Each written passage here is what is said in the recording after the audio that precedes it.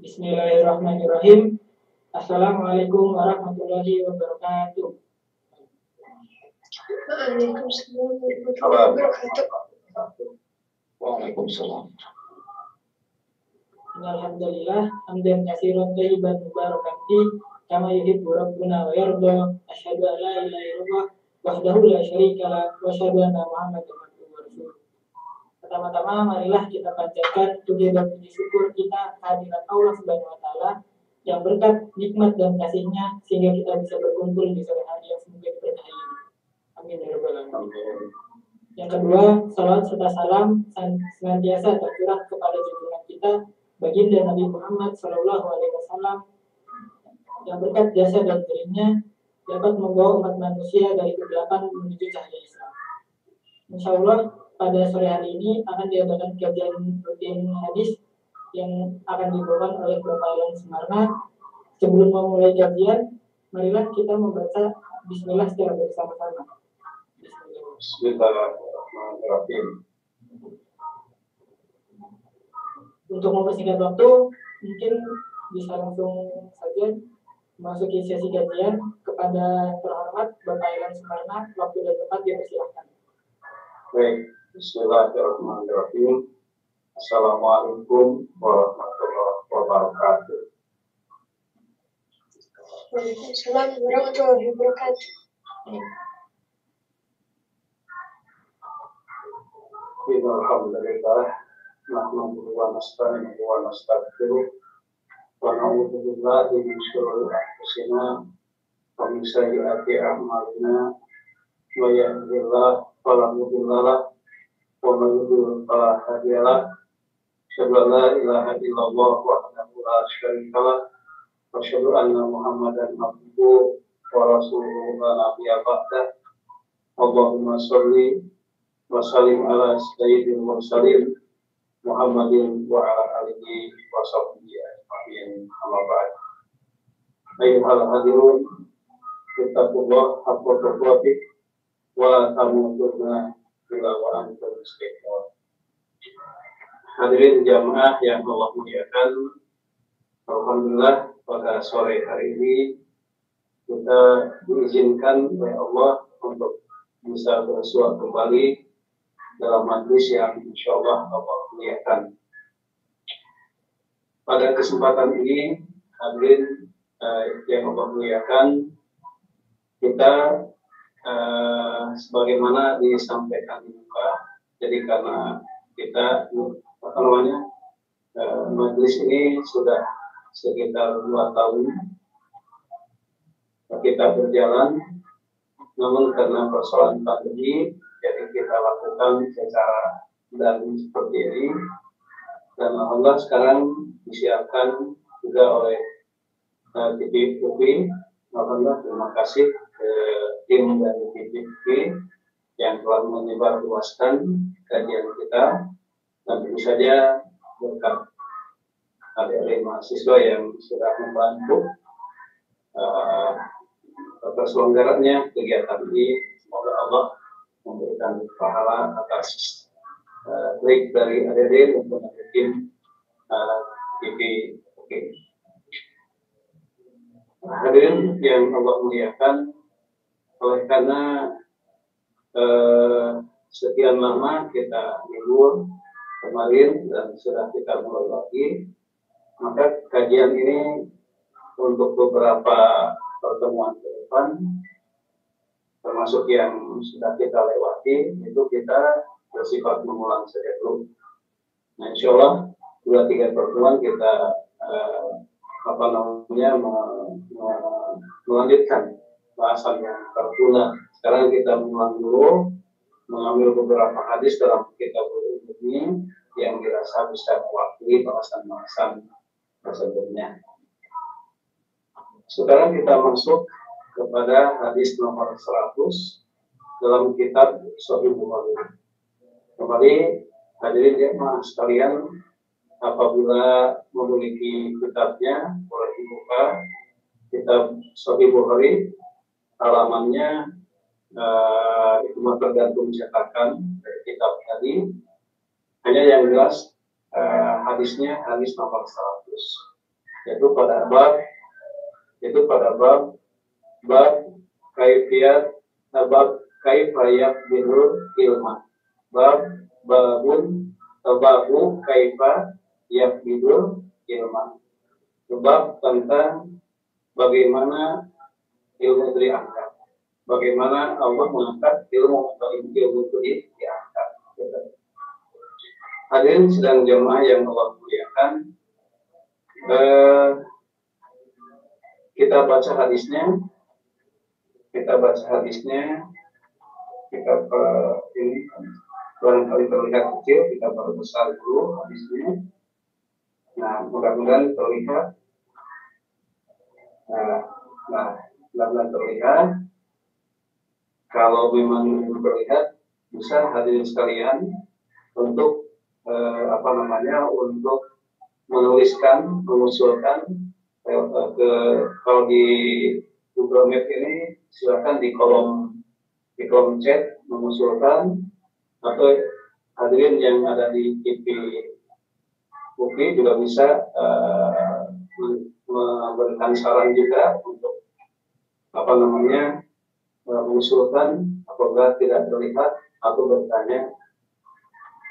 Hadirin hamba Allah yang Allah muliakan, kita masuk pada hadis nomor 100.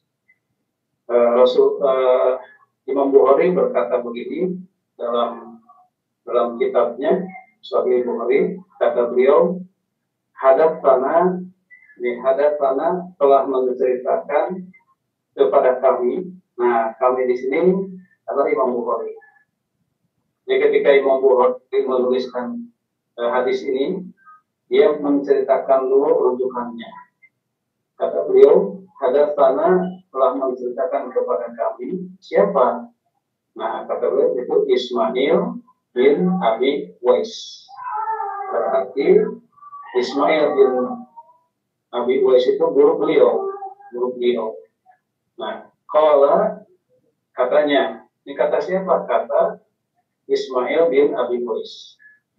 Nah, ternyata Ismail bin Abi Uwais pun juga mendasarkan apa yang diriwayatkan kepada Imam Bukhari itu dengan mengatakan hadatsani telah menceritakan kepadaku siapa? Malik. Nah, Malik ini berarti gurunya daripada Ismail bin Abi Uwais, begitu. Nah, Malik juga menyatakan, Malik juga menyatakan bahwa hadis yang dimiliki yang diriwayatkan kepada Ismail bin Abi Uwais ini adalah dia dapatkan dari Hisham bin Urwah. Nah, begitu. Nah, sementara Hisham bin Urwah juga diketahui dia mendapatkannya an abihi dari bapaknya. Itu dari bapak Hisham bin Urwah tadi. Nah, bapaknya Hisham bin Urwah mendapatkannya dari mana? Yaitu an Abdullah dari Abdullah, an Abdullah dari Abdullah bin Amr bin As. Nah, sahabatnya adalah Abdullah bin Amr bin As, dari Abdullah, putranya sahabat Amr bin As. Nah, begitu. Kemudian Abdullah bin Amr bin As itu berkata begini. Nikola itu berkata, siapa? Abdullah bin Amr bin As. Katanya, Sami itu aku mendengar Rasulullah Shallallahu Alaihi Wasallam. Aku mendengar Rasulullah Shallallahu Alaihi Wasallam yaqulu bersabda. Nah, dari sini hadirin sekalian, sanadnya itu disebutkan. Nah, sementara teks hadisnya sendiri adalah apa yang ada dalam tanda kurung, yaitu yang ini. Ini teks hadisnya yang ini. Nah, ini teks hadisnya. Nah, jadi begitu. Jadi hadirin sekalian, saya ingatkan kembali, barangkali ada yang baru bergabung atau lupa, bahwa kajian hadis dengan kajian Al-Quran berbeda. Kalau kajian Al-Quran itu Bisa kita mengkaji tafsir hadis, tafsir Quran, maka kita langsung dihadapkan kepada teks daripada Al-Quran. Tetapi kalau kita mengkaji hadis, maka sebelum kita dihadapkan pada teks hadis, maka kita dihadapkan dulu kepada rawi dan atau sanad itu.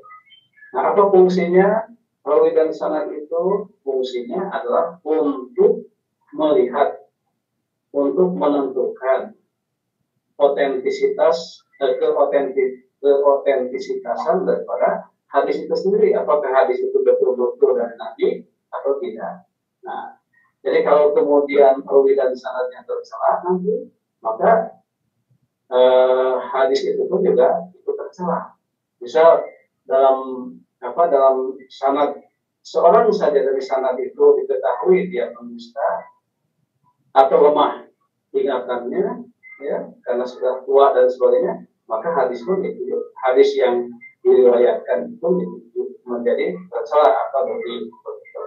Nah, maka boleh jadi maudhu, palsu dan lain sebagainya. Begitu hadirin sekalian. Nah, itu hadirin sekalian. Kenapa begitu? Sifat daripada kajian hadis ada kita dihadapkan pada rawi dan sanadnya. Kenapa begitu? Ada rawi dan sanad sementara Al-Quran tidak? Karena hadirin sekalian, penulisan hadis berbeda dengan penulisan Al-Quran. Kalau penulisan Al-Quran itu dari awal Nabi masih hidup, dari awal Nabi hidup itu sudah dituliskan di beberapa media yang bisa ditulis seperti telapak kurma dan sebagainya. Sementara hadis itu dituliskan kemudian, itu pada abad ke-2 Hijrah baru dituliskan dan diseleksi pada abad ke-3, begitu, pada zamannya Imam Bukhari. Begitu. Baik, hadis kalian, kita kembali lagi. Nah, jadi dengan demikian Imam Bukhari sebelum menguraikan teks hadis yang akan ditulisnya, beliau mengatakan pertanggungjawabannya. Kata beliau, kami menceritakan kepada kami Ismail. Nah, Ismail menceritakan kepadaku Malik. Ini sanadnya. Sanad itu adalah rujukan atau referensi. Sanad itu rujukan atau referensi. Malik mendapatkannya dari Hisham bin Urwah. Nah, Hisham bin Urwah mendapatkannya dari bapaknya, bapak beliau, dari ayahnya. Ayahnya Hisham bin Urwah mendapatkannya dari Abdullah bin Amr bin As.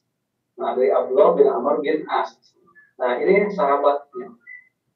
Karena sahabat inilah yang jumpa dengan Nabi. Nah, gitu. Jadi kalau kita berbicara sanad atau referensi itu dari bawah, dari Imam Bukhari sampai kepada Abdullah bin Amr bin As sebagai sanad terakhir. Tetapi kalau kita bercerita tentang rawi, maka rawi pertama itu adalah Abdullah bin Amr bin As yang dia meriwayatkan kepada bapak atau ayah Hisham bin Urwah. Ayah Hisham bin Urwah meriwayatkan kepada Hisham bin Urwah. Hisham bin Urwah meriwayatkan kepada Malik. Malik meriwayatkan kepada Ismail bin Abi Uwais. Ismail bin Abi Uwais meriwayatkan kepada Imam Bukhari, dan Imam Bukhari menuliskannya dalam kitabnya yang dia karang dengan nama Al-Jami' Al-Sahih atau dengan nama Sahih Bukhari. Gitu. Nah, hadis kalian, jadi kalau cerita sanad, maka sanad pertama itu adalah Ismail bin Abi Uwais, itu sanad pertama sekaligus sebagai rawi terakhir. Begitu. Jadi sanad pertama itu adalah Ismail bin Abi Uwais dan sekaligus sebagai rawi terakhir. Nah, sedangkan sanad terakhir adalah Abdullah bin Amr bin As sebagai sanad terakhir sekaligus rawi pertama. Baik, hadirin sekalian, bagaimana kata Abdullah bin Amr bin As? Kata beliau, sami'tu, aku mendengar Rasulullah Shallallahu Alaihi Wasallam yaqulu, bersabda. Apa katanya? Nah, kata Rasulullah, innallaha, sesungguhnya Allah, la yaqbidu, tidak akan mencabut al ilma, nah, tidak akan mencabut ilmu intizaan, dengan mencabut begitu saja, ya. Yang tazi'uhu, di mana Allah mencabutnya itu minal ibad, dari para hamba. Ya, kata Rasulullah, sesungguhnya Allah tidak akan mencabut ilmu dengan mencabut begitu saja, gitu ya, dengan mencabut begitu saja dari para hamba. Walakin akan tetapi cara Allah mencabut itu adalah bidu, dengan mencabut al ilma, itu adalah caranya biqabdil ulama, dengan mewafatkan para ulama. Nah, ini caranya, hadirin sekalian. Jadi hadirin sekalian, jemaah yang Allah muliakan, sesungguhnya Allah itu tidak mencabut ilmu begitu saja, ya, menguap begitu saja ilmu itu dari para hamba. Tetapi walakin yakbidul ilma, tetapi Allah mencabut ilmu itu adalah biqabdil ulama, dengan mewafatkan ulama. Begitu. Jadi para ulama ini diwafatkan. Hatta sehingga proses pencabutan ilmu dengan mewafatkan ulama tadi adalah sampai habis, yaitu idza lam yubqi, sehingga apabila sudah tidak tersisa lagi aliman seorang ulama, ya, sampai seorang ulama itu tidak tersisa. Nah, bagaimana kondisinya ketika para ulama itu sudah tidak tersisa di muka bumi tadi? Kondisinya, maka yang adalah para juhala, orang-orang jahil. Namun kebutuhan kepada ulama, diakui ataukah tidak, tetap dibutuhkan. Begitu. Sehingga dalam hal ini, kata Rasulullah, ittakhadhan nasu, orang-orang kemudian mengambil ru'usan para pemimpin itu juhala, adalah dari kelompok yang jahil, dari kelompok orang-orang jahil. Nah, kemudian masalahnya hadirin sekalian, karena dia tidak dipandukan juga sesungguhnya keberadaan ulama itu dibutuhkan, gitu ya, walaupun kemudian dicibirkan juga dibutuhkan. Jadi ulama itu dicintai dan dibenci, begitu. Kondisi ulama itu dicintai dan dibenci. Dicintai karena mereka itu ulama itu dicintai karena dari ilmunya lah. Kemudian Islam ini akhirnya diterapkan sehingga melahirkan rahmat. Jadi Islam yang rahmatan lil alamin itu adalah dengan peran ulama menjadi aplikatif, begitu. Nah, itu ya, dicintainya ulama itu. Sehingga ketika ulama tidak ada, hadirin sekalian, tetap dicari. Tetapi sayang, karena ulama itu sudah diambil oleh Allah, maka kebutuhan mereka terhadap ulama akibatnya berlaku atau jatuh kepada para juhala, para orang-orang yang bodoh. Nah, fasuilu, mereka itu ditanya oleh orang-orang, mereka diminta fatwa. Nah, celakanya orang-orang jahil itu pun tahu mereka berfatwa. Namun di ghairi ilmin, dengan tanpa ilmu. Nah, akhirnya apa yang terjadi? Ketika ulama tidak ada, kebutuhan akan ulama itu tetap dirindui, dicintai, walaupun tidak nampak secara eksplisit, begitu, ya. Kemudian mereka mencari-cari tempat berlaku, ya, bertanya itu, bertanya ini. Nah, tampillah orang-orang jahil memenuhi kebutuhan mereka. Kemudian mereka itu diminta fatwa, kemudian mereka berfatwa di ghairi ilmin, dengan tanpa ilmu. Maka akibatnya apa yang terjadi, hadirin sekalian, jamaah sekalian? Fadallu, mereka itu sesat, wa adallu, dan menyesatkan. Nah, ini. Jadi fadallu, mereka itu sesat, wa adallu, dan mereka itu menyesat. Nah, begitu. Hadirin jamaah yang Allah muliakan, seperti itu. Nah, ini terjemahannya bisa di apa? Ini bisa di mungkin bisa di screenshot atau bisa difoto. Nah, terjemahannya seperti ini.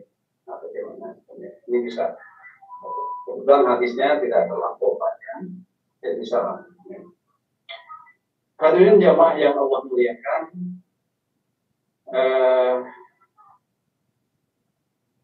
saya menasihati diri saya sendiri juga hadirin sekalian untuk tetap bertakwa dengan sebaik-baiknya takwa.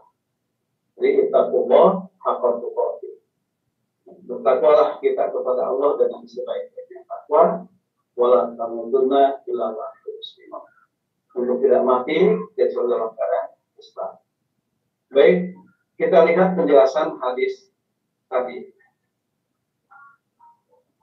Penjelasannya, hadis kalian, hadis ini menjelaskan secara detail tentang bagaimana proses sebuah ilmu itu dicabut oleh Allah Subhanahu wa Ta'ala. Jadi, jamaah sekalian, hadis ini menjelaskan secara detail tentang bagaimana proses sebuah ilmu itu dicabut oleh Allah Subhanahu wa Ta'ala. Nah, tentu saja hadis kalian yang dimaksud dengan ilmu di sini bukan ilmu umum, ya, bukan ilmu umum, tetapi ilmu agama, gitu.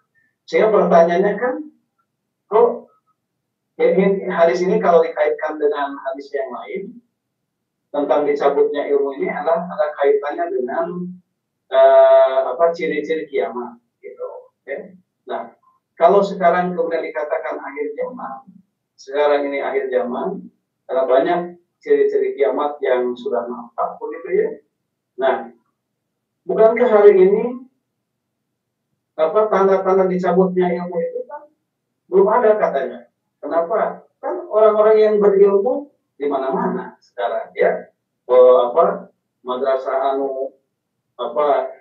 universitas semakin tahun semakin numpuk orang-orang yang berilmu, begitu ya. Nah, jadi mana buktinya bahwa Allah sudah mencabut ilmu mereka? Nah, begitu ya. Nah, jawabannya bahwa hadirin sekalian, yang dimaksud dengan ilmu di sini adalah ilmu dunia, bukan ilmu umum. Begitu. Jadi ilmu bukan ilmu umum, tetapi ilmu dunia yang dicabut oleh Allah Subhanahu wa Ta'ala. Kenapa demikian? Jawabannya karena ilmu agama merupakan ilmu usul bagi setiap pribadi muslim. Jadi kembali lagi hadirin sekalian, bahwa ilmu itu dibagi dua. Ada ilmu umum, ada ilmu dunia atau ilmu agama. Dua-duanya wajib. Dua-duanya wajib untuk dicari. Ilmu umum wajib dicari, ilmu dunia wajib dicari. Bedanya di mana? Nah, bedanya kalau ilmu umum itu fardu kifayah, ini kewajibannya hanya kepada sebagian orang saja. Yang apabila sebagian orang itu sudah melakukannya, dia gugur atas yang lainnya. Kan gitu kalau fardu kifayah. Jadi kalau di sini kita ambil contoh kepada adik-adik mahasiswa tadi. Adik-adik mahasiswa itu ada yang mengambil fisika, kimia, dan sebagainya. Maka kewajiban mempelajari ilmu fisika ya bagi mereka yang wajib, bagi mereka yang mengambil jurusan fisika. Tidak bagi mereka yang mengambil jurusan ekonomi dan sebaliknya. Nah, seperti itu yang disebut dengan wajib. Jadi kewajiban itu hanya bagi mereka yang mendalami. Nah, jadi sementara ilmu agama adalah wajibnya wajib ain, fardu ain. Fardu ain itu maksudnya apa? Fardu ain itu diwajibkan dicari oleh setiap orang tanpa kecuali, entah dia mahasiswa yang mempelajari ilmu kimia, fisika, ekonomi, dan sebagainya, entah kita ini sebagai petani, entah kita ini sebagai dosen, entah kita ini sebagai karyawan, entah kita ini pedagang, dan semua orang asal dia sebagai muslim, maka wajib dia mempelajari ilmu agama. Wajib mempelajari ilmu agama. Tentu saja kewajibannya itu pada batas-batas yang wajib, tidak keseluruhan. Kewajiban mempelajari ilmu agama yang sifatnya fardhu ain tadi adalah pada batas-batas ilmu agama, pada batas-batas yang berkaitan dengan akidah yang lurus, berkaitan dengan akhlak yang mulia, berkaitan dengan ibadah yang benar. Nah, kalau kondisi kaum muslimin seperti itu, hadirin sekalian, mempelajari, memfungsikan ilmu agama itu dikembalikan pada proporsinya semula, itu sebagai wajib ain, sebagai fardhu ain, maka tidak akan ada lagi gambaran seorang anak ya nyari-nyari kesana kemari, kan misalkan ibunya atau orang tua, salah satu orang tuanya, ibunya atau ayahnya meninggal, anak itu kan yang berkewajiban menyolatkan, mengurus jenazahnya anaknya. Nah, kemudian jangan sampai terjadi anaknya itu kemudian ada alasan, saya tidak bisa menyolatkannya atau saya tidak bisa mengurus jenazahnya. Dia lari-lari ke sana kemari mencari ustadz untuk, nah itu jangan sampai, tidak akan terjadi begitu. Karena ibadah yang baik itu, ibadah yang benar itu adalah ada pada tataran wajib, begitu dari ilmu agama tadi. Nah, begitu. Jadi gambarannya kalau proporsinya seperti itu, kita mencari ilmu agama itu dikembalikan kepada proporsi yang sebenarnya, maka seorang anak bisa mengurus jenazah orang tuanya, begitu, sebagai bakti terakhir di dunia, begitu ya. Tidak ada gambarannya, masya Allah ini, sampai jenazah itu misal ya, misal tidak ada yang seperti itu, dia disimpan dijari-jari ustadz kemana, nanti akan ada gambaran. Nah, jadi itu, jadi hadirin sekalian yang Allah muliakan, jadi mempelajari ilmu agama itu wajib. Itu pada batas-batas yang diwajibkan, yaitu menyangkut akhlak yang mulia, menyangkut akidah yang lurus, menyangkut ibadah yang benar, menyangkut akhlak yang mulia. Baik, hadirin sekalian, jadi itu masalahnya. Jadi Allah itu mencabut ilmu, itu maksudnya ilmu agama. Nah, tetapi masalahnya hadirin sekalian, bukankah orang-orang yang lulusan ilmu agama juga banyak, begitu ya, banyak. Tiap tahun pesantren A, Universitas B itu melahirkan ahli-ahli di bidang ilmu agama, banyak kita temui, gitu ya. Nah, terus ilmu agama mana yang dicabut oleh Allah tadi, ya? Nah, kita masuk kepada penjelasan nomor 2. Nah, penjelasan nomor 2 di sini, hadirin sekalian. Nah, ulama yang dimaksud, orang ahli ilmu agama yang dimaksud, maksudnya adalah mereka yang mengamalkan ilmunya, adalah mereka para ulama yang mengamalkan ilmunya. Kenapa demikian definisinya?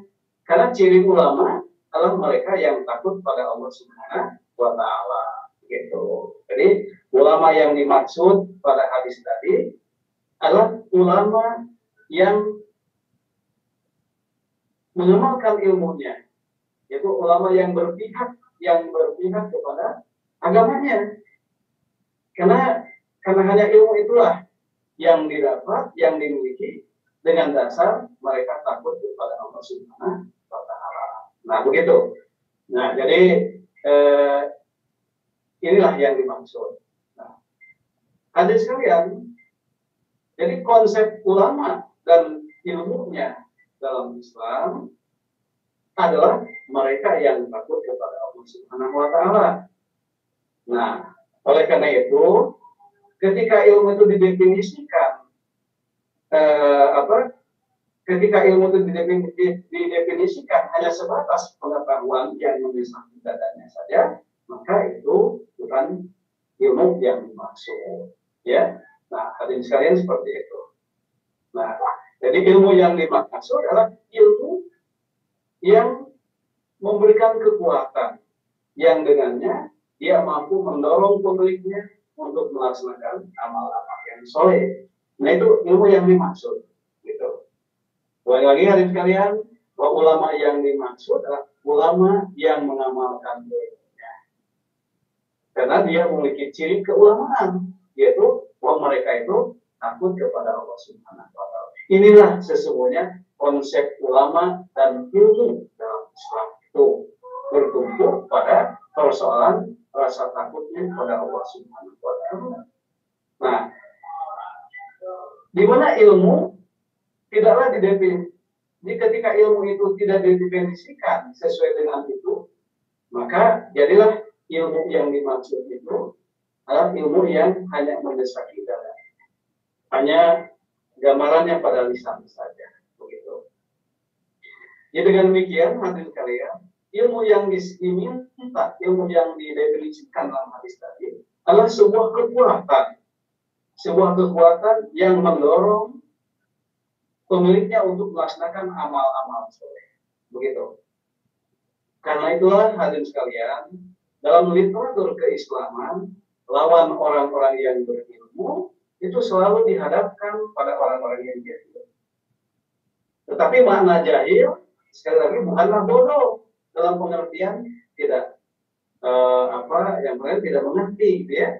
Nah, lawan jahil itu orang yang mereka yang tidak mengamalkan ilmu atau mereka yang tidak berpihak kepada agamanya, padahal dirinya memahami apa itu halal, apa itu haram. Dia paham, tetapi pemahamannya tentang yang halal tidak memberikan kekuatan untuk melaksanakan kehalalan tadi. Pemahamannya tentang yang haram tidak menyebabkan dia menjauhi keharaman tadi. Malah cenderung menghalalkan yang haram dan menghalalkan yang halal. Dengan pengetahuannya tentang hal haram dia mengungkapkan itu demi sebuah obsesinya, gitu. Nah, hadirin sekalian, itulah yang disebut dengan jahil. Nah, yang ketiga, hadirin jamaah rahimahullah, dari penerangan di atas jelaslah bahwa kedudukan ilmu, ya, dengan bersandar kepada definisi di atas bahwa ilmu itu adalah yang takut kepada Allah, ya. Maka kedudukan ilmu itu menunjukkan bahwa keberadaan mereka ulama tadi, ya, dengan ilmunya yang tadi, ya, keberadaan mereka di tengah ulama itu sangat menentukan kepada baik buruknya umat tersebut. Jadi keberadaan mereka itu sangat menentukan kepada baik buruknya umat tersebut, yaitu keadaan al-ulama tadi dengan definisi bahwa orang yang berilmu itu takut kepada Allah. Nah, hadirin sekalian, dengan demikian, karena mereka itu bisa diibaratkan sebagai panglima yang menunjukkan, ya, mereka itu para ulama tadi itu bisa kita ibaratkan sebagai panglima yang bisa menunjukkan hendak ke mana jalan yang harus ditempuh. Nah, jadi ulama yang sesuai dengan definisi di atas itu ibaratnya sebagai panglima yang bisa menunjukkan hendak ke mana jalan yang harus ditempuh, gitu ya.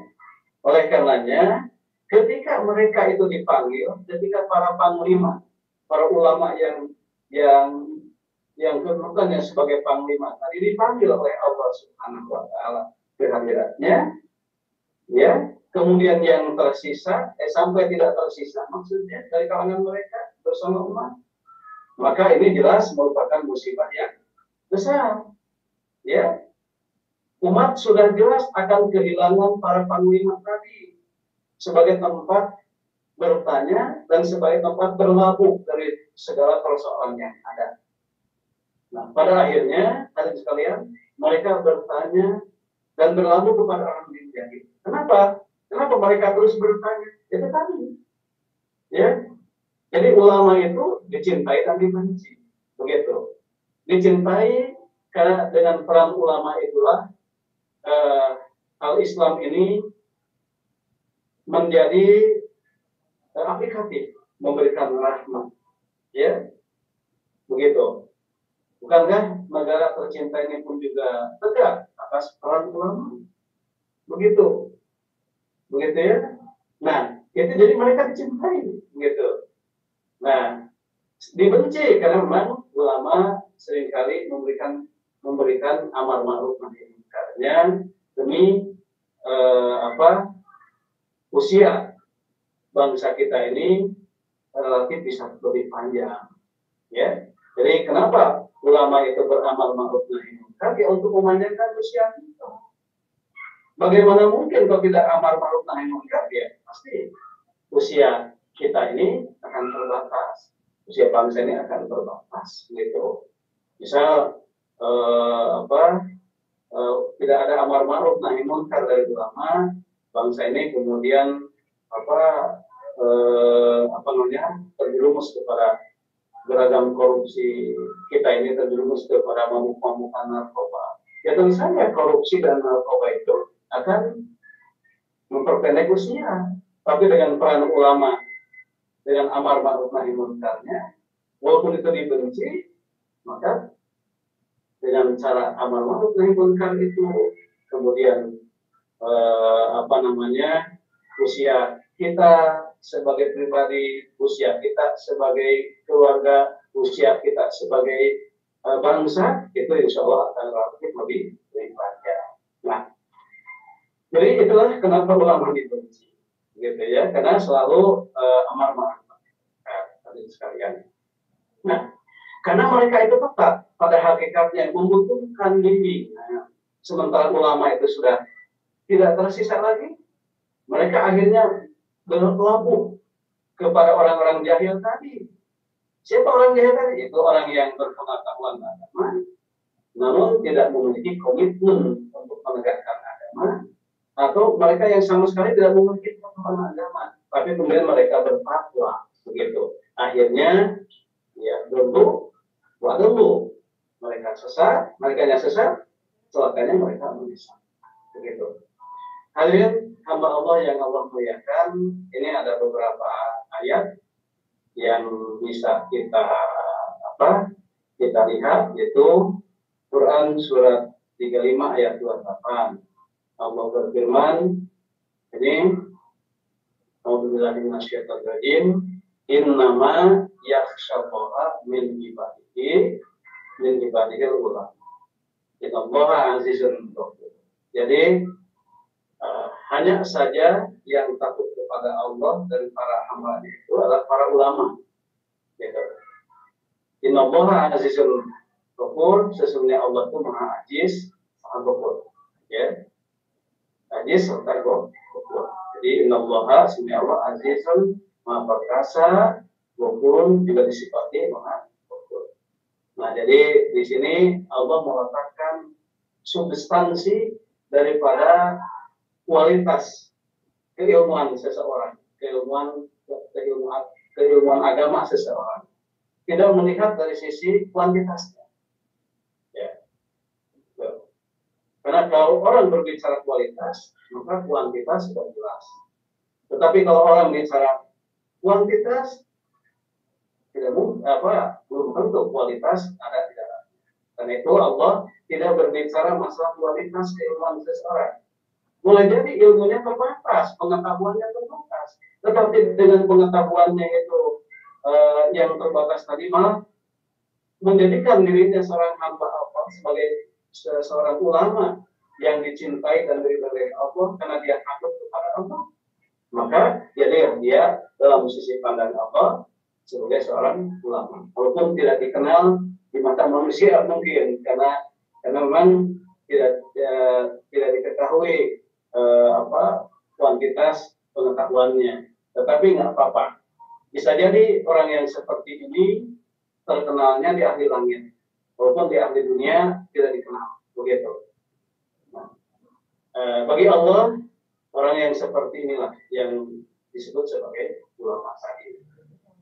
Nah, kemudian kalau kita lihat hadirin jamaah yang mempermuliakan, Al-Quran surat 58 ayat 11. Allah berfirman, A'udzubillahi minasyaitonirrajim, ya ayyuhalladzina amanu, wahai orang-orang yang beriman, idza qila lakum, apabila diceritakan kepada kalian, tafassahu, berlapang-lapanglah kalian di majelis, di majlis, tafassahu, kemudian mereka berlapang-lapang, niscaya yafsahillahu, niscaya Allah melapangkan lahu bagi kalian. Nah, ini akhlak mulia ya, akhlak mulia.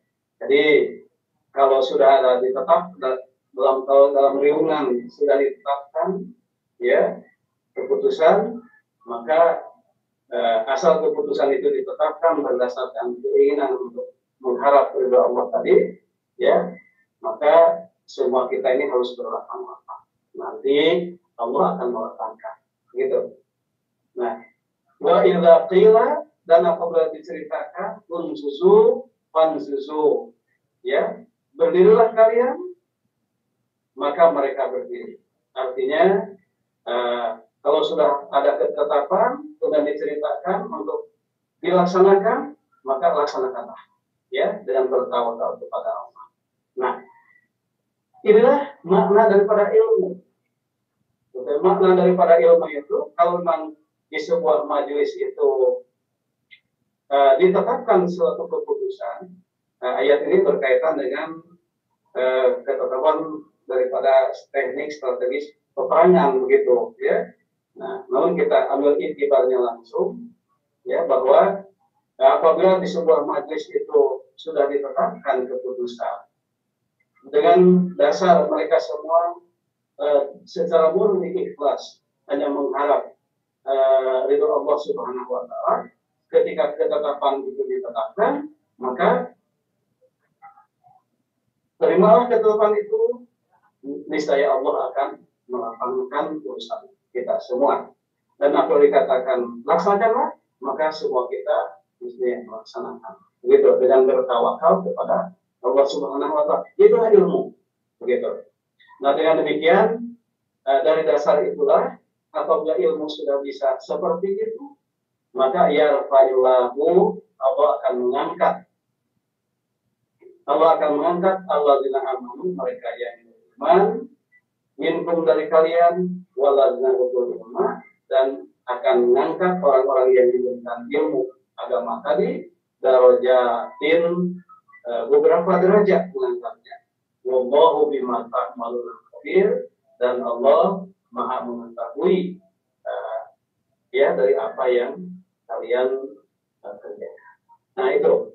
Jadi ilmu agama itu haruslah seperti itu. Jadi ilmu agama itu mendasari pribadi kita dalam menyikapi semua ketetapan majelis tadi. Nah, ilmu agama yang seperti itu apabila ada pada diri kita, maka Allah akan mengangkat derajat kita, dan derajat kita yang diberikan ilmu agama itu beberapa derajat, dan Allah Maha mengetahui atas apa yang kita lakukan. Demikian hadirin sidang jamaah majelis kajian hari ini, semoga ada manfaatnya. Tentu saja ini ditujukan kepada saya sendiri yang menyampaikannya, juga kepada hadirin jamaah yang Allah muliakan. Silakan kepada moderator untuk masuk kepada sesi berikutnya. Masya Allah, terima kasih kepada Bapak Ilham atas penyampaian materinya. Kemudian kepada para hadirin yang ingin bertanya, bisa tuliskan namanya terlebih dahulu di chat, dan bagi yang ingin bertanya di YouTube, bisa tuliskan namanya, kemudian langsung tuliskan pertanyaannya. Dipersilakan apabila ada yang ingin bertanya untuk menuliskannya terlebih dahulu. Kalau mungkin, guys, kalau di mute bisa langsung. Bisa dituliskan, bisa langsung kalau Baik, bagi yang ingin bertanya bisa langsung unmute atau tuliskan namanya terlebih dahulu di chat. Apakah ada yang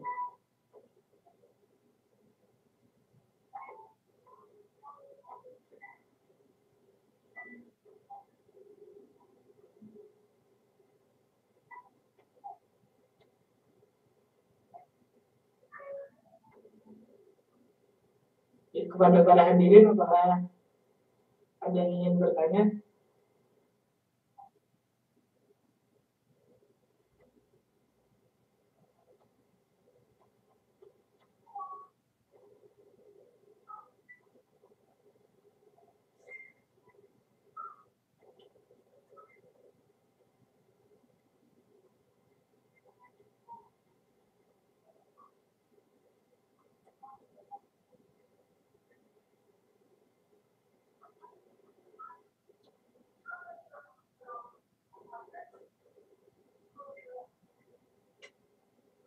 Oh, baik, kepada Saudari Zatul Nifah dipersilahkan.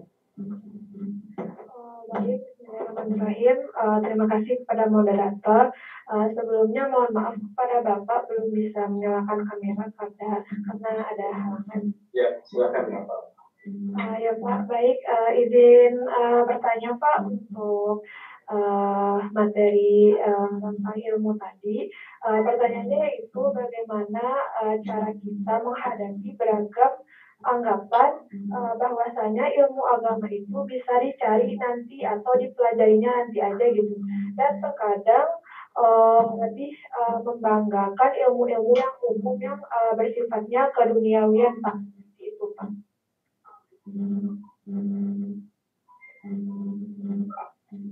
Ya, baik, terima kasih. Ya, dijawab aja langsung guys ya. Iya, Pak, dijawab langsung. Ya. Baik, Saudari Iza, terima kasih atas pertanyaannya, sangat bagus sekali. Anggapan bahwa ilmu agama itu nomor sekiannya, gitu ya, itu berasal dari pemahaman bahwa ilmu itu dibagi dua, ada ilmu dunia dan ilmu akhirat. Nah, gitu. Itu anggapan yang betul-betul salah. Itu ilmu agama. Jadi ilmu itu dibagi dua, ada ilmu dunia, ada ilmu akhirat. Di mana ilmu agama itu masuk pada kelompok ilmu akhirat. Nah, itu anggapan yang salah. Nah, berhentilah hadirin sekalian kita untuk memilah bahwa ilmu itu ada dua, ilmu akhirat untuk agama, ilmu dunia untuk ilmu. Nah, kenapa begitu? Sebab semua ilmu itu untuk dunia. Di akhirat mah tidak perlu ilmu. Di akhirat mah hanya kita ini di akhirat itu kita berpanen raya saja. Di akhirat itu tempat berpanen raya, bukan tempat bekerja keras lagi. Begitu. Nah, oleh karena itulah Rasulullah bersabda dalam sebuah hadisnya, adunya masra'atun akhirat. Ya, di dunia itu masra'ah sebagai bercocok tempat bertanam untuk berpanen raya kelak di akhirat. Begitu. Jadi pemahaman bahwa ilmu agama itu kemudian dikesampingkan dari ilmu umum itu berangkat dari pemilahan seperti itu. Begitu, pemilahan bahwa ilmu agama itu untuk akhirat, ilmu umum itu untuk dunia.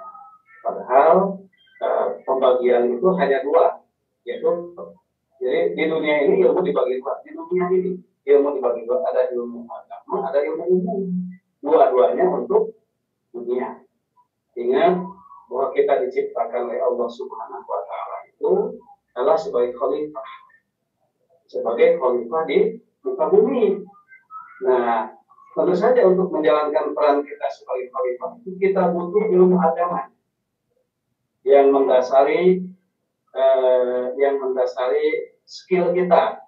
Nah, skill kita itu salah satunya adalah ilmu umum. Begitu.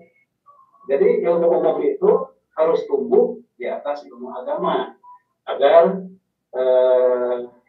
ilmu umum itu bisa berjalan sesuai dengan apa yang dikehendaki oleh Allah Subhanahu wa taala, yaitu untuk mengurus ngatur kehidupan di muka bumi itu ini begitu. Kalau kemudian ilmu umum terlepas dari ilmu agama, karena ilmu agamanya dikesampingkan, maka jadilah ilmu umum itu tidak punya ilmu, begitu ya, tidak punya ilmu, dan secara otomatis ilmu umum itu ilmunya kepada hawa nafsu setan. Itu akhirnya banyak orang-orang yang pandai yang dengan ilmu umumnya dia bisa berkarya itu dan ini dengan tujuan untuk kepentingan dirinya dan untuk menghancurkan kehidupan di muka ini demi kepentingan dirinya sendiri. Gitu. Nah, jadi oleh karena itu hal yang perlu dibangun itu maka kita kembalikan proporsinya bahwa ilmu agama itu bukan untuk di akhirat, tetapi untuk di dunia ini. Begitu. Jadi ilmu agama, ilmu akhirat, ilmu agama dan ilmu umum adalah untuk kehidupan ini. Begitu. Tentunya yang dimaksud ilmu agama Islam. Gitu. Nah, itu hadirin sekalian, tadi lupa pertanyaan izah itu apa ya? Case tadi yang kedua. Izah yang kedua itu gimana tadi? Oh, ini Pak tadi. Itu izah gimana? Ya Bapak, pertanyaannya lagi. Pertanyaannya itu, bagaimana cara kita menghadapi beragam anggapan bahwasanya ilmu bisa dipelajari atau dipelajari nanti, kemudian lebih membanggakan ilmu yang umum yang bersifat keduniawian itu Pak. Ya itu namanya untuk mematahkan hal seperti itu, maka proporsinya kembali bahwa ilmu agama itu adalah untuk kita di dunia ini, ya, sebagai dasar ilmu-ilmu umum, begitu, sebagai dasar ilmu umum. Jadi ilmu umum itu jangan lepas dari dasarnya ilmu agama supaya ilmu umum itu memiliki visi-misi dari kehidupan yang baik, yang diminta, yang ditentukan oleh Allah Subhanahu wa taala. Itu. Nah, seperti itu. Nah, kalau hal ini bisa diterapkan dalam kurikulum kita, dalam kebiasaan kita, ketika kita mengajar dan sebagainya, insya Allah image bahwa ilmu agama itu memperberatkannya itu akan hilang nanti, begitu. Nah, jadi tentu saja dimulai dari diri kita sendiri. Insya Allah dengan dijadikan ilmu agama itu sebagai fardu ain atas kita sebagai Muslim, maka kecendekiaan kita baik berupa kepahaman pada ilmu, kecendekiaan kita sebagai ahli teknologi, ahli hibah ini itu menjadi sangat bermanfaat untuk akhiratnya, gitu ya. Maksudnya untuk akhiratnya itu untuk berpanen layak buat dia di akhirat, gitu maksudnya. Nah, paling gitu. Jadi apa itu? Jadi kembalikan pemahaman utuh bahwa ilmu agama itu adalah untuk dunia ini, bukan untuk akhirat. Karena kita diciptakan oleh Allah itu sebagai khalifah fil ardh, sebagai yang mengurus makhluk di dunia ini. Rasul mengatakan dunia mazra'ah, sebagai tempat bercocok tanam untuk kelak kita berpanen raya. Ya. Itu bisa. Jadi hadirin sekalian, jadi kita kembali kepada kita dinamik bagi kita sendiri. Syukur kemudian sistem ada yang bisa mengakomodir dari mengembalikan proporsi ilmu agama itu kepada yang seharusnya. Baik, itu silakan case. Baik, terima kasih. Ada pertanyaan selanjutnya dari saudara Gary Ismail Andrifika lewat kolom chat Pak. Mungkin bisa saya bacakan terlebih dahulu. Izin bertanya Pak, dalam hadis ini dijelaskan bahwa Allah mencabut ilmu dari manusia dengan cara mewafatkan para ulama, sehingga orang jahil nanti yang akan diminta fatwa tanpa mereka menggunakan ilmu, di mana yang akhirnya menyesatkan. Pertanyaannya Pak, bagaimana membedakan ulama yang benar dan ulama yang fasid atau sesat? Karena di zaman ini banyak hukum-hukum yang tidak ada di zaman Nabi, dikarenakan tidak kemajuan zaman, di mana akhirnya fatwa muncul dan ada beberapa dari mereka yang masih sesat. Bagaimana jika seperti itu? Mungkin itu Pak pertanyaannya, saya langsung menjawab. Ya, baik, terima kasih saudara Deis dan saudara Gary yang sudah bertanya, pertanyaannya sangat bagus. Itu bagaimana membedakan ulama yang benar dan ulama yang fasik, ya. Dan zaman ini banyak hukum yang tidak ada di zaman Nabi dikarenakan tidak kemajuan zaman, di mana akhirnya banyak fatwa muncul dan ada beberapa dari mereka yang masih syubhat. Jadi kalau kita bertanya bagaimana membedakan mereka, ya bedakanlah dari keberpihakan, gitu ya. Bagaimana? Jadi ada misal ringan-ringan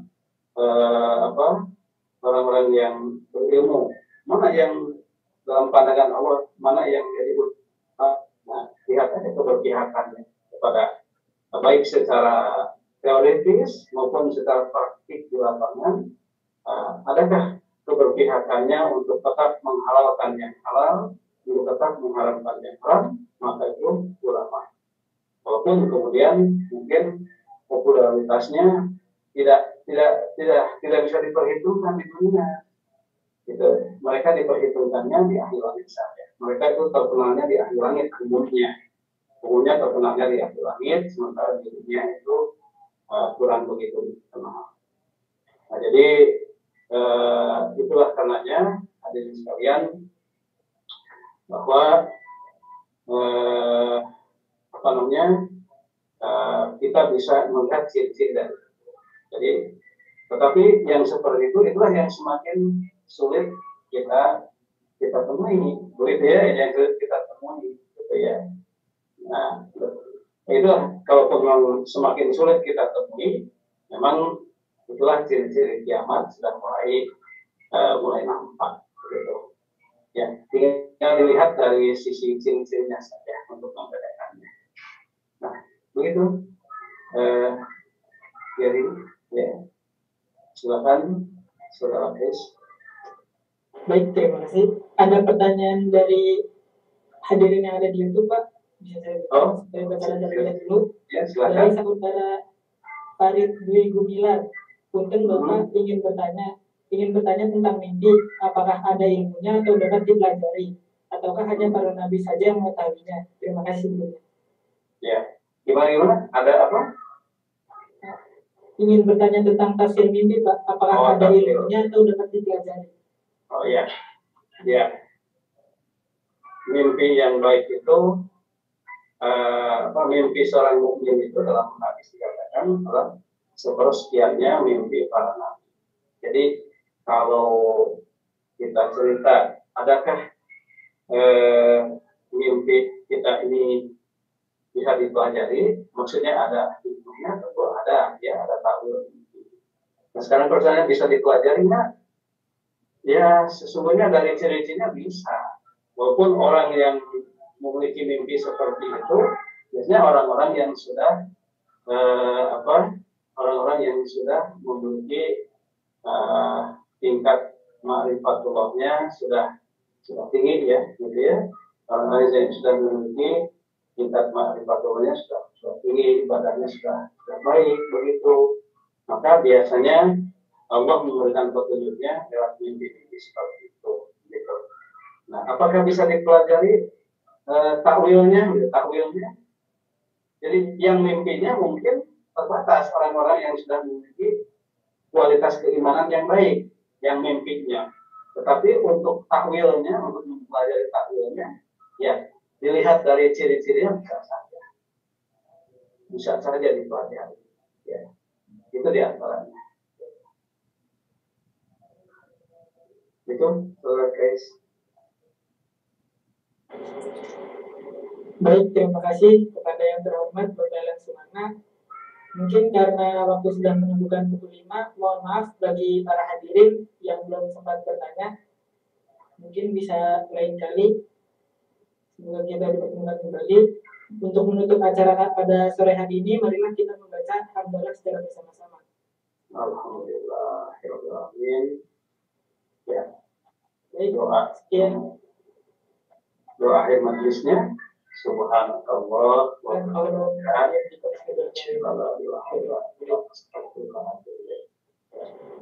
silakan ditutup. Baik, saya sebagai moderator undur diri. Wassalamualaikum warahmatullahi wabarakatuh. Waalaikumsalam warahmatullahi wabarakatuh. Terima kasih Bapak. Sama-sama, terima kasih. Terima kasih Pak. Sekalian, Bapak dosen, kemudian juga kepada masyarakat seluruhnya. Terima kasih. Syukran Bapak. Sama-sama adik-adik sekalian. Terima kasih Pak. Sama-sama. Semoga Bapak selalu sehat. Amin. Allahumma amin. Silakan. Terima kasih Pak. Sama-sama.